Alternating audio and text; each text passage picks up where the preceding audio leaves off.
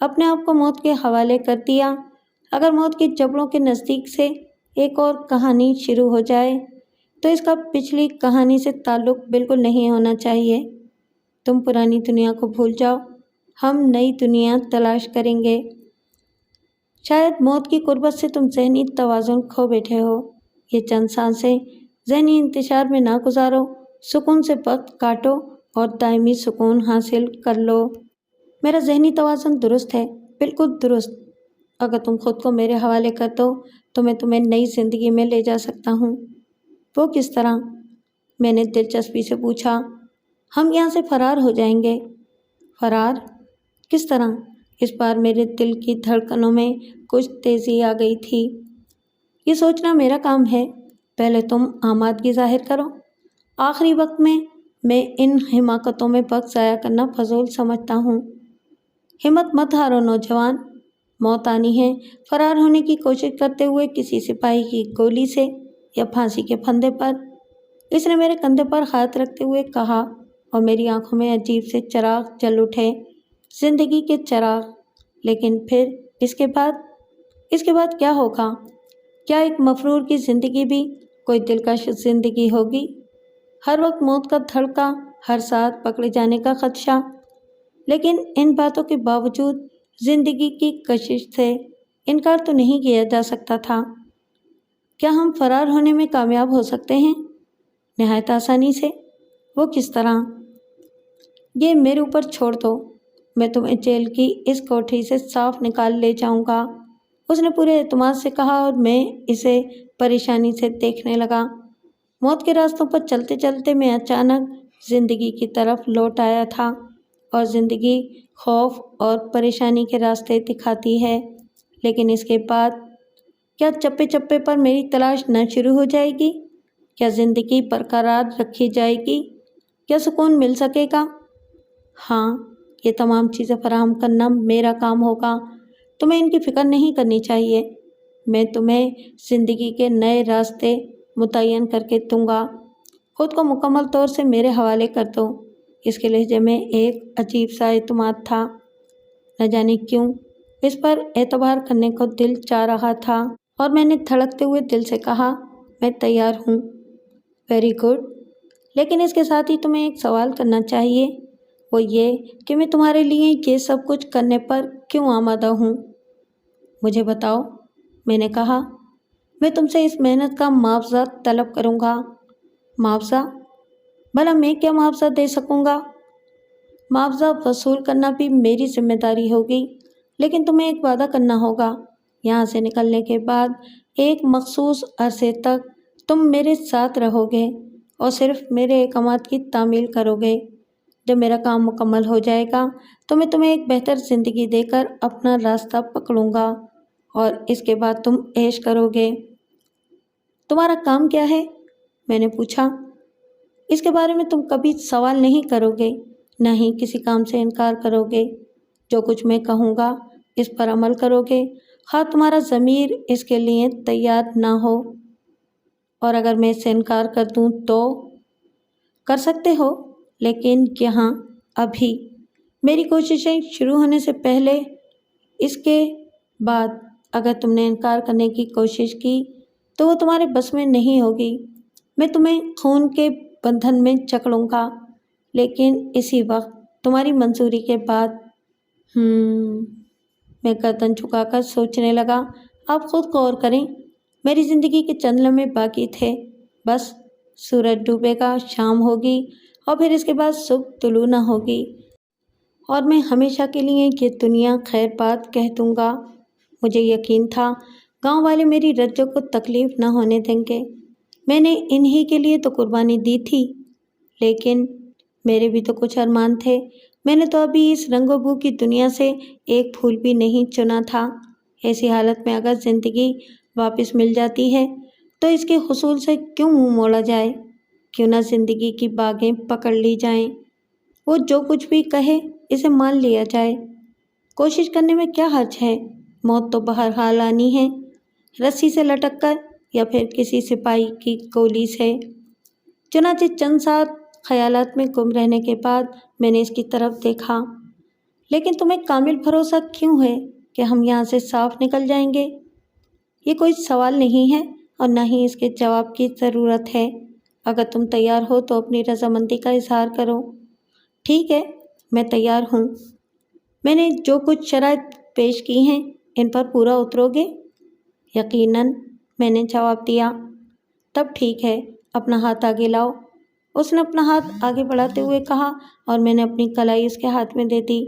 وہ آہستہ آہستہ اسے ہونٹوں کے قریب لے آیا، لیکن اچانک اس نے جھک کر میری کلائی میں دانت گاڑ دیے۔ تکلیف کی ایک آواز میرے منہ سے نکل گئی اور میں نے کلائی چھڑانے کی معمولی سی جد و جہد کی، لیکن اس کے تیز دانت اپنا کام کر چکے تھے۔ اس نے میری کلائی کی کھال ادھیڑ دی تھی اور اس سے خون کے قطرے نیچے ٹپک رہے تھے۔ اس نے میرا ہاتھ چھوڑ دیا اور پھر خون کے قطروں کو نیچے گرتے دیکھتا رہا۔ یہ کیا حرکت تھی؟ میں نے کلائی کے زخم کو دیکھتے ہوئے کہا اور اس کے ہونٹوں پر آسودہ سی مسکراہٹ پھیل گئی۔ تمہارا خون گلابی مائل سرخ ہے، اس کا مطلب ہے کہ تمہارے خون میں ان ذرات کی مقدار بہت زیادہ ہے اور تم اچھے دوست ثابت ہوگے، لیکن برا دوست تو میں بھی نہیں ہوں۔ اس نے اپنی کلائی کا بھی وہی اشر کیا جو میری کلائی کا کیا تھا اور اس کی کلائی سے بھی خون کے قطرے ٹپکنے لگے۔ اس کے خون کی مقدار زیادہ تھی، چنانچہ تھوڑی دیر کے بعد اس کا خون میرے خون پر حاوی ہو گیا، لیکن اس کے ساتھ ہی میرے جسم میں ایک عجیب سی سنسنی محسوس ہو رہی تھی۔ نہ جانے یہ کیسی کیفیت تھی جسے میں الفاظ نہ دے سکا، بس جسم میں عجیب سی لہریں اٹھ رہی تھیں، کانوں میں پراسرار آوازیں گونج رہی تھیں، کھنکتے ہوئے قہقہے، بھدی اور بے ہنگم آوازیں۔ اس کی پراسرار نگاہیں میرے چہرے پر جمی ہوئی تھیں اور ان میں ایک عجیب سی مسکراہٹ رقصاں تھی۔ کئی منٹ تک یہ کیفیت رہی اور پھر میں پرسکون ہو گیا۔ تب اس نے ایک گہری سانس لی اور میری طرف دیکھ کر مسکراتے ہوئے بولا، کیا کیفیت محسوس کر رہے ہو؟ ٹھیک ہے، ذہن ہلکا پھلکا سا ہو گیا ہے۔ ہاں، اور اس کی وجہ یہ ہے کہ ہمیں ایک دوسرے کا سہارا ہو گیا ہے اور ہم خون کے بندھنوں میں جکڑ گئے ہیں، ان بندھنوں میں جن کا دنیا سے کوئی تعلق نہیں ہے۔ خوب، میں نے مسکراتے ہوئے کہا۔ اب کیا پروگرام ہے؟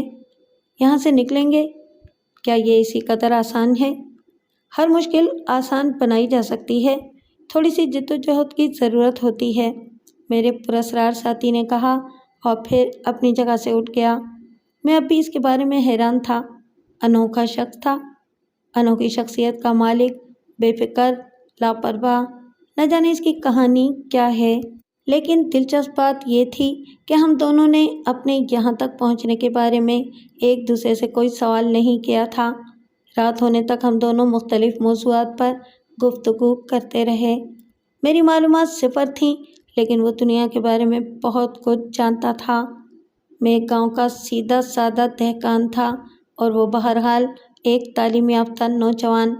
بڑا فرق تھا اس میں اور مجھ میں اسے کافی مرعوب ہو گیا تھا۔ بہرحال رات کو ہمارے لیے کھانا آیا، لیکن وہ کمبلوں کے ڈھیر پر جا بیٹھا تھا اور کھانے سے لا تعلق نظر آ رہا تھا۔ سپاہی میرے ساتھ کافی ہمدردی سے پیش آ رہا تھا، لیکن اس کے ساتھ میں ایک آدمی کا کھانا دیکھ کر مجھے حیرت ہوئی۔ تاہم نہ جانے کیوں میں سپاہی سے کوئی سوال نہ کر سکا۔ کھانا کھا لو شیرو، اور کسی چیز کی ضرورت تو نہیں ہے؟ سپاہی نے ہمدردی سے پوچھا۔ نہیں، میں نے گردن ہلا دی۔ میں تھوڑی دیر کے بعد چائے بھجوا دوں گا، یہ سگریٹ رکھ لو۔ اس نے سگریٹ کا ایک پیکٹ اور ماچس مجھے دیتے ہوئے کہا۔ میں سگریٹ نہیں پیتا، میں نے کہا۔ اوہ، سپاہی نے گردن ہلائی اور واپس چلا گیا۔ تب میں کھانے کی ٹرے اٹھائے اس کے قریب پہنچ گیا۔ آؤ کھانا کھا لیں، میں نے اس سے کہا، اور اس نے برا سا منہ بنا کر گردن ہلا دی۔ تم کھاؤ، میں نے کھانا چھوڑ رکھا ہے۔ کیوں؟ میں نے تعجب سے پوچھا۔ بس میں نہیں کھاتا، میری بھوک مر چکی ہے، تم نے دیکھا، سپاہی میرے لیے کھانا نہیں لاتے۔ بہرحال غیر ضروری سوالات کر کے الفاظ اور وقت ضائع نہ کرو، کھانا کھاؤ۔ اس کے بعد ہمیں یہاں سے نکلنے کا بندوبست کرنا ہے، اور میں شانے اچکا کر کھانا کھانے بیٹھ گیا۔ سچ بتا دوں، اس سے پہلے میرے ذہن میں کھانے کا تصور بھی نہ ابھرتا، کیونکہ میرے جسمانی اعضاء بھی موت کے سائے قبول کرنے لگے تھے اور مزمحل ہو گئے تھے۔ لیکن اس وقت میرے دل کی دھڑکنیں معمول پر تھیں۔ نہ جانے ذہن کے کون سے کوشوں نے زندگی کا تعین کر لیا تھا اور اس کا اثر پورے جسمانی نظام پر پڑا تھا۔ کھانے سے فارغ ہو کر میں نے پانی پیا اور پھر برتن ایک طرف کھسکا دیے، اور اس نے بھی چائے بھی قبول نہیں کی۔ وقت گزرتا رہا اور پھر خاصی رات ہو گئی۔ تب وہ ایک بار پھر کمبلوں کے ڈھیر سے نکل آیا اور سلاخوں کے نزدیک پہنچ گیا۔ شیرو، اس نے سرگوشی کے انداز میں کہا، اور میں جلدی سے اس کے قریب پہنچ گیا۔ موقع غنیمت معلوم ہوتا ہے۔ تم جلدی سے کمبلوں کے ڈھیر کو اس انداز میں اکٹھا کر دو جیسے کوئی انہیں اوڑھے سو رہا ہے۔ میں تالا کھولنے کی کوشش کرتا ہوں اور میں پر کسی تیزی سے کمبلوں کے نزدیک پہنچ گیا۔ پھر جب میں کمبلوں کے ڈھیر کو انسانی جسم کی شکل دے کر واپس آیا تو کوٹری کے باہر لگا ہوا تالا اس کے ہاتھ میں تھا۔ میری آنکھیں حیرت سے پھیل گئیں۔ اتنا بڑا تالا بغیر کسی اوزار کے کھول لینا معمولی بات نہ تھی۔ وہ کوئی ماہر چور معلوم ہوتا تھا، لیکن اس وقت حیرت کا اظہار کرنے کی فرصت کسے تھی؟ تالا کھل چکا تھا۔ اس نے بے آواز دروازہ کھولا اور باہر نکل آیا۔ پھر اس نے راہداری میں دونوں سمت نگاہ دوڑائی۔ گارڈ کے جوتوں کی آواز دور سے سنائی دے رہی تھی۔ اس نے تالا واپس کنڈی میں اٹکایا اور اسے بند کر لیا، اور پھر میرے کان کے قریب سرگوشی کرتے ہوئے بولا، میری بالکل پشت پر آ جاؤ۔ اپنی طرف سے کچھ نہ کرنا، بس جس طرح میں کہوں کرتے رہنا، اور ہاں، اپنے جسم کو بالکل میری آڑ میں رکھنا، اس طرح کہ اگر کوئی سامنے سے آئے تو اسے صرف میں نظر آؤں۔ ایسا کرنا ضروری ہے، ورنہ میں تمہاری ذمہ داری نہیں لے سکتا۔ اس بات کا خیال تمہیں ہی رکھنا ہے۔ اور میں نے گردن ہلا دی۔ ہم راہداری میں گارڈ کی مخالف سمت چل پڑے۔ گارڈ واپس آ رہا تھا، لیکن مجھے یقین تھا کہ فوری طور پر اسے شبہ نہ ہوگا۔ تالا اس طرح بند کر دیا گیا ہے اور کمبلوں کے ڈھیر کو دیکھ کر وہ سوچے گا کہ ہم اس میں سو رہے ہیں۔ راہداری کے دوسرے سرے پر پہنچ کر ہم مڑے اور پھر ایک دم سے آڑ میں ہو گئے۔ اس طرف کا گارڈ سامنے ہی موجود تھا اور مستعد کھڑا تھا۔ میرا دل اچھل کر حلق سے باہر نکل جانے کی کوشش میں سرگرداں تھا۔ اس وقت میں زندگی کا طالب تھا، ہر قیمت پر۔ وہ میرے سامنے تھا اور ہمارا فاصلہ گارڈ سے 10 فٹ سے زیادہ کا نہ تھا۔ چھپنے کی جگہ بھی معقول نہیں تھی، بس چوہے اور بلی کی سی کیفیت تھی، یعنی ہم اس کے سامنے کھڑے تھے اور بھاگ نہیں سکتے تھے۔ کسی بھی لمحے اس کی نگاہ ہم پر پڑ سکتی تھی۔ چند ساعت کے بعد گارڈ مڑا اور میں کسی ہنگامے کے لیے تیار ہو گیا، کیونکہ گارڈ کا رخ ہماری طرف ہی تھا۔ لیکن گارڈ کسی گہری سوچ میں ڈوبا ہوا تھا، یا شاید اس پر نیند کا شدید غلبہ تھا، اور اس کی پلکیں آپس میں جڑی جا رہی تھیں۔ پھر اس نے ہمارے ہیبلوں کو نظر انداز کر دیا تھا اور سوچا تھا کہ اس روشن راہداری میں کون آ سکتا ہے۔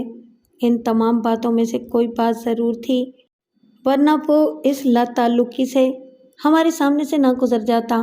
وہ آگے بڑھ کر راہداری کے دوسرے موڑ پر چلا گیا اور ہم نے موقع سے فوری فائدہ اٹھایا۔ ہم تیزی سے آگے بڑھ گئے اور اب ہم نے راہداری میں دوڑنا شروع کر دیا تھا۔ میں بس اس کی نقل کر رہا تھا، یہاں تک کہ ہم کھلی فضا میں نکل آئے۔ وہ شاید فرار کے راستے کو پہلے سے منتخب کر چکا تھا، اس لیے بڑے اعتماد سے آگے بڑھ رہا تھا، یہاں تک کہ ہم جیل کی عقبی دیوار کے نزدیک اس حصے میں پہنچ گئے جہاں سے ایک زمین دوز نالا نہ جانے کہاں تک جاتا تھا۔ نالا خشک پڑا تھا اور اس میں کوڑے کرکٹ کے ڈھیر نظر آتے تھے۔ اس کا اوپری حصہ سیمنٹ کا تھا اور جگہ جگہ سے ٹوٹا ہوا تھا۔ وہ پھرتی سے نالے میں اتر گیا اور اس کی دیکھا دیکھی میں نے بھی ایسا ہی کیا۔ میرے پیچھے پیچھے چلے آؤ، اس نے کہا اور دونوں ہاتھ نیچے لٹکا دیے۔ چنانچہ ہم چوپایوں کی طرح گھٹنوں اور ہاتھوں کے بل چلنے لگے، کیونکہ کوڑے کرکٹ کی وجہ سے جگہ تنگ تھی، بڑی گھٹن تھی، لیکن اب زندگی کی خواہش پوری طرح عود کر آئی تھی، اس لیے سب کچھ برداشت کرنا تھا۔ ہم آگے بڑھتے رہے۔ بڑا خوفناک سفر تھا۔ جہاں جہاں نالے کی چھت کھلی تھی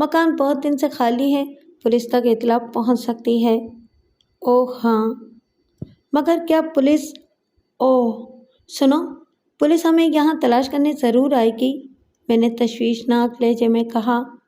تم فکر مت کرو، پولیس ابھی بہت دیر تک یہاں نہیں آئے گی، اس نے بڑے سکون سے کہا، اور پھر ہمیں یہاں زیادہ دیر تک رکنا بھی نہیں ہے۔ اوہ، کہاں چلنا ہے؟ بتا دوں گا، اس نے خشک سے انداز میں کہا، اور میں خاموش ہو گیا۔ مجھے اس کے خشک لہجے پر کسی ناگواری کا احساس نہیں ہوا تھا۔ میں بھی گردن جھکا کر خاموش ہو گیا۔ کافی دیر تک ہم کرسیوں پر پڑے رہے، پھر اس نے کھڑے ہوتے ہوئے کہا، تم رکو، میں تمہارے لیے لباس کا بندوبست کر لوں اور خود بھی لباس تبدیل کر لوں۔ آج رات ہم یہاں قیام کریں گے، کل دن میں یہاں سے چلنے کا پروگرام بنائیں گے۔ اس بار میں نے اسے کوئی سوال نہیں کیا، وہ کمرے کے دروازے سے باہر نکل گیا۔ میں اسی طرح کرسی میں دھنسا رہا۔ برابر کے کمرے سے آہٹیں سنائی دے رہی تھیں۔ تھوڑی دیر کے بعد وہ واپس آیا۔ اس کے ہاتھوں میں ایک سلیپنگ سوٹ تھا، عمدہ کپڑے کا تھا، نہ جانے میرے بدن پر آئے گا بھی یا نہیں۔ بہرحال قیدیوں کے لباس سے تو پیچھا چھڑانا ہی تھا، چنانچہ میں نے لباس اس کے ہاتھ سے لے لیا اور وہ باہر نکل گیا۔ میں نے لباس پہن کر دیکھا، اتفاق ہی تھا کہ لباس میرے جسم پر ٹھیک تھا۔ کیا تم لباس بدل چکے؟ باہر سے اس کی آواز آئی۔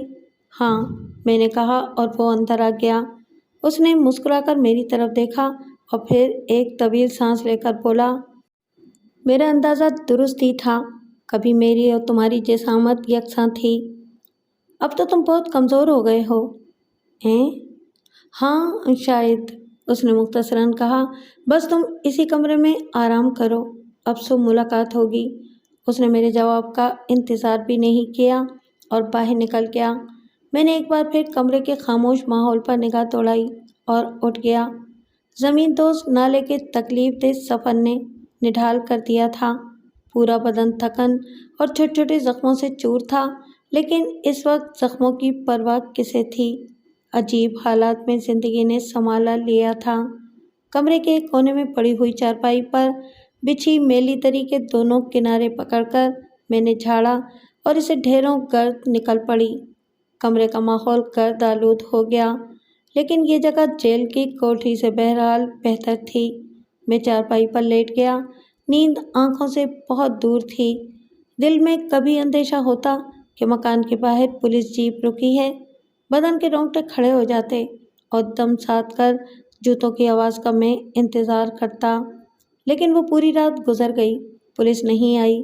کئی بار نیند آئی، کئی بار چونکا، اسی طرح صبح ہو گئی، عجیب سی صبح، ویران اور اداس، پریشانیوں سے بھری ہوئی۔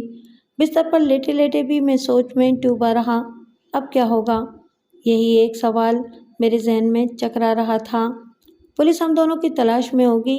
سزائے موت کے قیدیوں کا فرار معمولی حیثیت نہیں رکھتا تھا۔ بہرحال تیسرے دن مجھے پھانسی دے دی جاتی اور میں دنیا کے جھمیلوں سے نجات حاصل کر لیتا۔ زندگی ملی ہے تو ہمت کرنی چاہیے، آخر وہ بھی تو میرے ساتھ ہے۔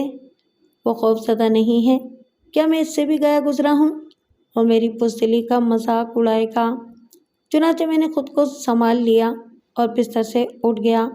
منہ ہاتھ دھونے کے لیے باہر جانا پڑتا تھا۔ میں دروازے سے باہر نکل آیا۔ دروازے سے باہر قدم رکھتے ہی وہ مجھے نظر آیا اور مجھے دیکھ کر مسکرانے لگا۔ کہو، رات کیسی گزری؟ اس نے مسکراتے ہوئے پوچھا۔ بے چین، رات بھر پولیس کا دھڑکا لگا رہا، میں نے بھی مسکراتے ہوئے جواب دیا۔ اوہ، بے وقوفی ہے تمہاری، پولیس اتنی آسانی سے تمہیں نہیں پا سکتی، میں تمہیں یقین دلاتا ہوں، بے فکر رہو۔ ٹھیک ہے، مجھے فکر نہیں ہے، جو کچھ ہوگا دیکھا جائے گا، میں نے کہا۔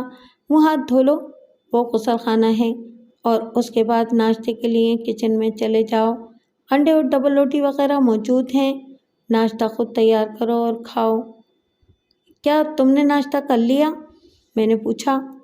آئندہ اس بارے میں مجھ سے کوئی سوال نہیں کرو گے تم، اور نہ کھانے پینے کے لیے مجبور کرو گے، اس نے خشک لہجے میں کہا اور اپنے کمرے کی طرف مڑ گیا۔ اس وقت بھی میں نے اس کے لہجے کا برا نہیں منایا تھا۔ ہاں، میں کچھ سوچتا ہوا غسل خانے کی طرف گیا تھا۔ کیا یہ پراسرار شخص کھائے پیے بغیر ہی زندہ ہے؟ یہ تو ناممکن ہے۔ پھر لیکن غسل خانے پہنچ کر میں نے ہر خیال چھٹک دیا۔ مجھے کیا پڑی ہے، جہنم میں جائے، جہاں تک دل چاہے گا اس کے ساتھ رہوں گا۔ اس نے میرے اوپر احسان کیا ہے کہ مجھے جیل سے نکال لایا۔ جو کچھ کام بتائے گا وہ کروں گا اور اس کا احسان اتار دوں گا، پھر خود اپنی زندگی کے راستے تلاش کروں گا۔ اور کچن میں انڈا تلتے وقت بھی میں یہی سب کچھ سوچتا رہا۔ کچن میں تمام سامان موجود تھا۔ چائے بناتے وقت میرے ذہن میں خیال بھی آیا کہ چائے کی ایک پیالی اسے بھی دے آؤں، لیکن پھر اس کے خشک لہجے نے یہ خیال بہت جلد ذہن سے نکال دیا۔ ہاں، چائے پینے کے بعد میں اس کے کمرے کی طرف چل پڑا۔ کیا میں اندر آ سکتا ہوں؟ میں نے سوال کیا۔ آ جاؤ۔ اندر سے اس کی سپاٹ آواز سنائی دی۔ اس آواز میں کوئی جذبہ نہیں تھا، کوئی تاثر نہیں تھا، لیکن رفتہ رفتہ میں اس آواز کا عادی ہوتا جا رہا تھا۔ میں اندر پہنچ گیا۔ اس کے سامنے ایک چمڑے کا سوٹ کیس کھلا ہوا تھا اور وہ اس میں سوٹ اور دوسرے کپڑے وغیرہ رکھ رہا تھا۔ اس نے نظر اٹھا کر میری طرف دیکھا اور مسکراتے ہوئے بولا، یہ اچھی بات ہے کہ میرے لباس تمہارے جسم پر درست آئیں گے۔ ان میں سے ایک کوٹ فوری طور پر پہننے کے لیے منتخب کر لو، اور ہاں، یہ مکمل شیونگ سیٹ ہے۔ شیو وغیرہ کر کے تیار ہو جاؤ۔ تم شیو نہیں کرو گے؟ تمہارا شیو بھی تو پڑ رہا ہے، میں نے کہا، اور وہ خشمگین نظروں سے مجھے گھورنے لگا۔ شیرو، میں نے تم سے کتنی بار کہا ہے کہ صرف اپنے بارے میں سوچو، میرے بارے میں کچھ مت سوچو۔ میں جس حال میں ہوں ٹھیک ہوں، میں اسی حال میں رہوں گا۔ اگر تم اسی طرح میرے بارے میں گریز کرتے رہے تو معاف کرنا میرے دوست، میرا ساتھ تمہارا ساتھ قائم نہیں رہ سکے گا۔ اور میں اس کی صورت دیکھتا رہ گیا۔ میں اس کی آنکھوں میں کرب یا کوئی اور تکلیف تلاش کر رہا تھا۔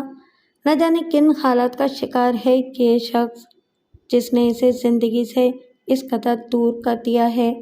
بہرحال میں اس سے واسطہ رکھنا چاہتا تھا۔ کچھ بھی تھا، وہ ایک چالاک اور ذہین نوجوان تھا۔ اس کے اندر کچھ پراسرار صلاحیتیں تھیں جو میرے کام آ سکتی تھیں، اور اس وقت ان حالات میں مجھے اس کی دوستی عزیز تھی۔ اس لیے میں نے دل میں آخری فیصلہ کر لیا کہ اس کی ہدایات پر عمل کروں گا۔ اس کے بارے میں ایک لفظ بھی نہیں کہوں گا اور نہ ہی اس کے بارے میں کچھ سوچوں گا۔